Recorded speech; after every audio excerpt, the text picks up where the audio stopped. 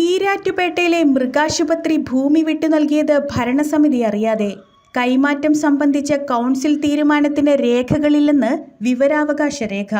ഈരാറ്റുപേട്ട പഞ്ചായത്തായിരുന്ന കാലത്ത് panchayat committee തീരുമാനമെടുക്കാതെ block പഞ്ചായത്തിന്റെ ഭൂമിയാണെന്ന് തെറ്റിദ്ധരിപ്പിച്ച് block panchayat Erattupetta മൃഗാശുപത്രിയുടെ 60 saint സ്ഥലമാണ് ജുഡീഷ്യൽ വകുപ്പിന് കൈമാറിയത്.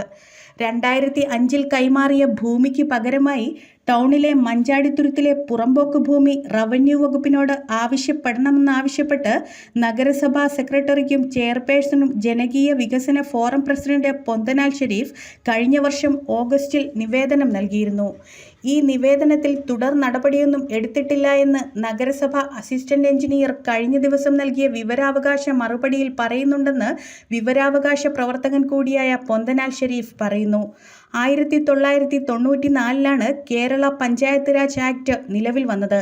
ഇതുപ്രകാരം ഈരാറ്റുപേട്ട മൃഗാശുപത്രിയും അനുബന്ധ പന്നിഫാം സ്ഥിതി ചെയ്യുന്ന സ്ഥലവും ഈരാറ്റുപേട്ട പഞ്ചായത്തിന്റെ നിയന്ത്രണത്തിലായി.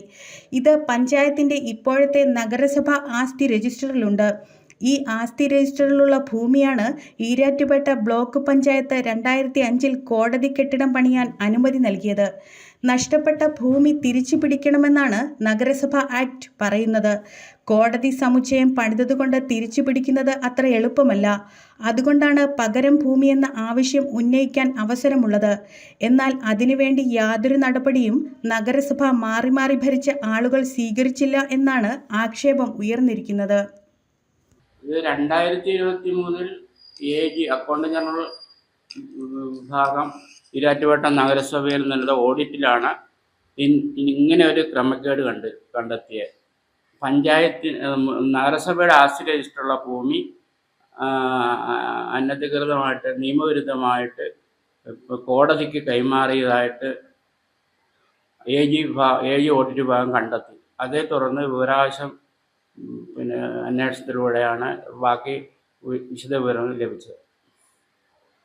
അത് ആർക്കാണ് വിവരാവകാശ അപേക്ഷ കൊടുത്തത്? ഞാൻ ഈരാറ്റുപേട്ട നഗരസഭ പബ്ലിക് ഇൻഫർമേഷൻ ഓഫീസർക്കും ഈരാറ്റുപേട്ട കോടതിയുടെ പബ്ലിക് ഇൻഫർമേഷൻ ഓഫീസർക്കും മൃഗാശുപത്രിയുടെ പബ്ലിക് ഇൻഫർമേഷൻ ഓഫീസർക്കുമാണ് വിവരാവകാശ അപേക്ഷ വെച്ചത്. ഇനി ഈ വിവരാവകാശ രേഖയിലെ പല ഫയലുകൾ ലഭ്യമല്ല എന്ന് പറഞ്ഞിട്ടുണ്ട്. അത് ഏത് ചോദ്യങ്ങളാണ് അത്തരത്തിലുള്ള ലഭ്യമല്ലാത്ത ഈ ഫയലുകൾ ലഭ്യമല്ല എന്ന് പറഞ്ഞതിൽ താങ്കൾക്ക് അതിനകത്ത് തൃപ്തനാണോ? ഇല്ല, തൃപ്തനല്ല. ഇത് AGയുടെ ഓഡിറ്റിന്റെ മറുപടി നഗരസഭ ഇതുവരെയും കൊടുത്തു. 2023 നടത്തിയ ഓഡിറ്റിന് ഇതുവരെയും നഗരസഭ AGക്ക് മറുപടി കൊടുത്തിട്ടില്ല. AGക്ക് മറുപടി കൊടുക്കേണ്ടതാണ്, ഇതുവരെയും കൊടുത്തിട്ടില്ല. അതാ പിന്നെ ഉള്ളത്. ഈ ഇങ്ങനെ ഒരു അനധികൃതമായിട്ട് നിയമവിരുദ്ധമായിട്ട് ഈ വസ്തു കൈമാറ്റം കോട്ടയം ജില്ലാ കളക്ടറെ അറിയിക്കണമായിരുന്നു നഗരസഭ. അതുകൂടാതെ തദ്ദേശ സ്വയംഭരണ വകുപ്പ് അഡീഷണൽ ചീഫ് സെക്രട്ടറിക്ക് അപേക്ഷ കൊടുക്കണം. ഇങ്ങനെ സംഭവിച്ചിട്ടുണ്ട്, ഇതിന് നിയമ നടപടി എടുക്കണം, അല്ലെങ്കിൽ പകരം ഭൂമി ലഭിക്കണമെന്ന് നഗരസഭ അപേക്ഷ കൊടുക്കണം. അതും കൊടുത്തിട്ടില്ല, 2 വർഷമായിട്ട് കൊടുത്തിട്ടില്ല. അത് സംബന്ധിച്ച രേഖ ഇല്ല എന്നാണ് നിലവിൽ മറുപടി ലഭിച്ചിരിക്കുന്നത്. അതെ. അപ്പൊ അതിന് നിങ്ങൾ അപ്പീൽ കൊടുക്കാൻ സാധ്യതയുണ്ട്. ഇപ്പൊ ഇവിടെ കിട്ടിയത് മറുപടി ലഭ്യമല്ല എന്ന് പറഞ്ഞാൽ അപ്പീൽ കൊടുക്കും. അപ്പീല് ഇനി സെക്രട്ടറിക്ക് കൊടുക്കാം. അത് കൊടുക്കാൻ ഉദ്ദേശിക്കുന്നുണ്ട്. ഉദ്ദേശിക്കുന്നുണ്ട്. ലഭ്യമല്ല എന്ന് മറുപടി പറയുന്നത് വിവരാവകാശ നിയമത്തിൽ നിയമം അനുവദിക്കുന്നില്ല. ലഭ്യമില്ലെന്നാ ഇല്ലെന്ന് പറയണം. ലഭ്യമല്ലെന്ന് പറയാൻ പാടില്ലെന്നാണ് വിവരാവകാശ കമ്മീഷൻ ഉത്തരവിട്ടിരിക്കുന്നത്. ഈ നഗരസഭയുടെ ഇത്തരം വസ്തു കൈമാറിയതിൽ എന്തെങ്കിലും വികസന മുരടിപ്പിന്റെ കാരണമായിട്ടാണ്? അതായത് ഭരണാധികാരികൾ നഗരസഭയുടെ ആ വസ്തുവിൽ പോലും കൃത്യമായ ഒരു ശ്രദ്ധ കൊടുക്കുന്നില്ല എന്നതിന്റെ തെളിവാണ് ഇത്തരത്തിലുള്ള സംഗതികൾ പുറത്തുവരുന്നത്. അതെ, തെളിവാണ്. അത് പകരം ഭൂമിയെ ആവശ്യപ്പെട്ടിരുന്നത്, ഞാൻ അപേക്ഷ വെച്ചിരുന്നത് ഈരാറ്റുപേട്ട മഞ്ചാടിത്തുരുത്തിലെ സ്ഥലം 60 സെന്റ് സ്ഥലം നഗരസഭ അപേക്ഷ കൊടുത്ത് അവിടെ എന്തെങ്കിലും പാർക്കോ, മിനി പാർക്കോ, അതുപോലെ ഓപ്പൺ എയർ ഓഡിറ്റോറിയോ പണിയണം എന്നാഗ്രഹത്തിൽ. ഈരാറ്റുപേട്ടയ്ക്ക് നഗരസഭയ്ക്ക് ആവശ്യത്തിന് വികസനത്തിന് ഭൂമിയില്ല.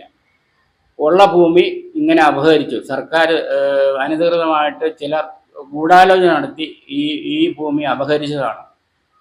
രാഷ്ട്രീയപരമായ എന്തെങ്കിലും തെളിവുകൾ ഉണ്ടാവും? ഈ ഭൂമി കൊടുത്തതിൽ രാഷ്ട്രീയപരമായ ഇടപെടലുണ്ടോ? രാഷ്ട്രീയപരമായ ഇടപെടൽ ഉണ്ടാകുമെന്നാണ് എനിക്ക് തോന്നുന്നത്. അതിനകത്ത് ഈരാറ്റുപേട്ട ബ്ലോക്ക് പഞ്ചായത്ത് 2005 ബ്ലോക്ക് പഞ്ചായത്തിൻ്റെ അന്നത്തെ ഭരിച്ചവരാണ് ഇതിൻ്റെ പിന്നിൽ പ്രവർത്തിച്ചത്. അതിൽ അന്ന് ആ ഭരണസമിതി UDFൻ്റെതായിരുന്നു. അന്നത്തെ ബ്ലോക്ക് പഞ്ചായത്ത് പ്രസിഡന്റ് കോൺഗ്രസ്സുകാരനായിരുന്നു. അതുപോലെ ഉദ്യോഗസ്ഥന്മാർ ഇത് അനധികൃതമായിട്ട് നടത്തിയെങ്കിൽ ഉദ്യോഗസ്ഥന്മാർ ഈ വിഷയത്തെ കുടുങ്ങും. അതുകൊണ്ടാണ് ഇതിൻ്റെ പിന്നിൽ ഗൂഢാലോചന നടത്തി ഈ 2 വർഷം ഈ വിഷയം മരവിപ്പിച്ച് എന്ന് മനസ്സിലായത് ഈ നഗരസഭ. നിലവിലെ ആ വസ്തു നിലവിലെ നഗരസഭ കൈമാറിയിട്ടുള്ള വസ്തുവാണ്. അപ്പൊ ആ വസ്തുവിൽ എന്താണ് നിലവിൽ പ്രവർത്തിച്ചുകൊണ്ടിരിക്കുന്നത് എന്താണെന്നാണ് താങ്കൾ പറയുന്നത്? ഈരാറ്റുപേട്ട മുനിസിപ്പൽ കോടതി, കോടതിയാണ് 1ാം ക്ലാസ് മജിസ്ട്രേറ്റ് കോടതി, മുനിസിപ്പൽ കോടതിയുമാണ് അവിടെ പ്രവർത്തിക്കുന്നത്. 3 നില കെട്ടിടമാണ്. മൃഗാശുപത്രിയുടെ കീഴിലായിരുന്നു ആ സ്ഥലം ഉണ്ടായിരുന്നത്. ഇത് ഈരാറ്റുപേട്ട മൃഗാശുപത്രിയുടെ കീഴിലായിരുന്നു ആ സ്ഥലം ഉണ്ടായിരുന്നത്. ആ മൃഗാശുപത്രി എന്ന് പറഞ്ഞാൽ ഈരാറ്റുപേട്ട പഞ്ചായത്തിന്റെ അധീനത്തിലുള്ള 94 സർക്കാർ വിട്ട് നൽകിയതാണ്. പഞ്ചായത്തിന് വിട്ടുകൊടുത്താൽ ഇപ്പം നഗരസഭയാണ് മൃഗാശുപത്രിയുടെ ചുമതല വഹിക്കുന്നത്.